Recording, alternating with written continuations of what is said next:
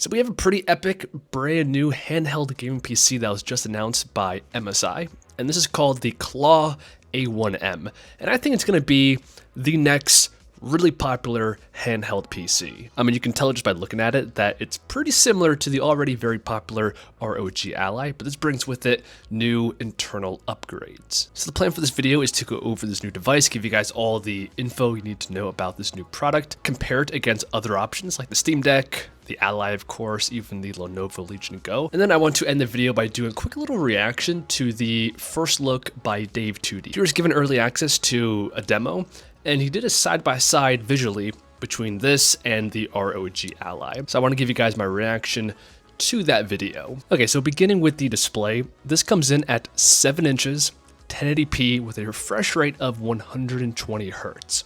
If that sounds familiar, the ROG Ally has the exact same display. And just more generally, I've noticed that this display, 7 inches, 1080p, 120 Hz, is becoming the standard for handheld gaming PCs. So for instance, the newly announced A1M Flip, super fun device, same display. And the popular GPD Win Mini also has the exact same display. So because of that, I'm going to say that this device in terms of size is a medium handheld gaming PC. For both the triggers and the analog sticks, they were using Hall effect sensors. These are the gold standard, so I'm happy to see them used on this new device.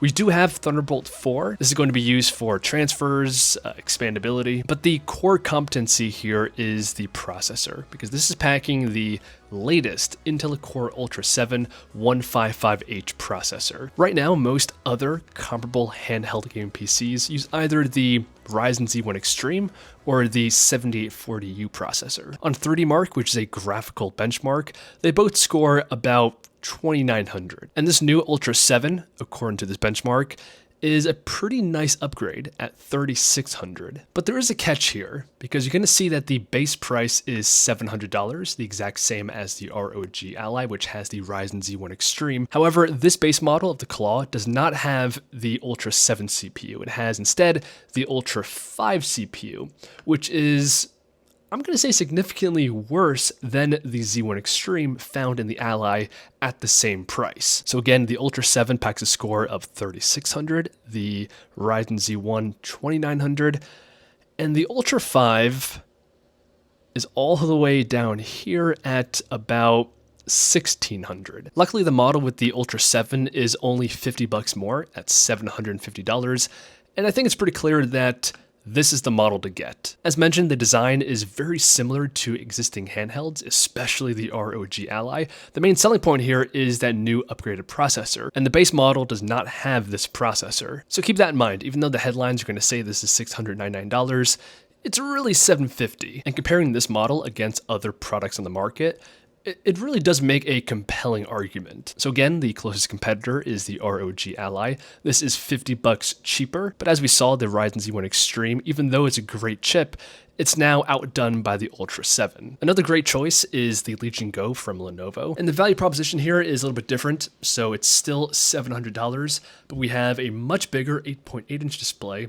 it's higher resolution, and it's faster at 144 Hz. But some people will appreciate the smaller, compact size of the Claw, as well as that new upgraded chip. At this point, I should mention that it's very likely that these other devices will eventually be upgraded to this new processor, but for right now, the Claw is one of the first with this chip. And that just gives it a solid advantage over these other devices. As previously touched upon, the GPD Win Mini and the A1M Flip are also in this category, 7 inches, 120 Hz. These are super fun devices. I love the clamshell design, but in terms of performance, they are outdone by this new chip. Now, aside from just the processor making the Claw a very unique and capable handheld, the other key upgrade here is the battery. So this comes in at 53 watt hours. For context, most other devices are in the mid 40 watt hour range. So it's a solid upgrade, although keep in mind, all these Windows handheld gaming devices are not going to give you fantastic battery life, especially when gaming. But with that said, more battery life is always a positive thing, and if you do other things like watch movies, you're going to appreciate the device lasting a bit longer. Alright, now I wanted to close off the video by reacting to the video by Dave2D, where he compared an early review sample against the existing ROG Ally. I'll leave his full video linked down below. I highly encourage you guys to go watch it after this. But we can see here, side by side with the Ally, this thing is almost identical physically speaking. The display has the exact same specifications, even the bezel is a very similar size. And then the placement of the analog sticks, the buttons, it's all the same. He did open up the device, and this is what the internals look like on this early review unit, so keep that in mind. Here we can see the massive battery, as well as the cooling system. And it appears that the cooling on this unit is fairly robust with a dual fan system. So hopefully this means that the Ultra 7 CPU here is not going to be limited by cooling, and it can perform to its maximum potential. And this is what the back of the device looks like, and you can see that essentially the whole thing is an intake fan and the entire top is an exhaust. So again, the cooling here should be pretty solid. And that's your first look at the new MSI Claw. I think this has a solid shot at becoming one of the most popular handheld gaming PCs because the design here is proven. People like this form factor. It's found on the Ally, the Steam Deck. The display being 7 inches, 120 Hz is right in line with those other products. However, we have those upgraded internals giving you what should be a solid bump up in performance, especially considering that the cooling on this unit seems to be fairly robust. And combining that with the above average battery capacity and the fairly reasonable $750 price tag, they should have a winning product here. If you guys enjoyed, leave a like, and I hope to see you guys in the next one.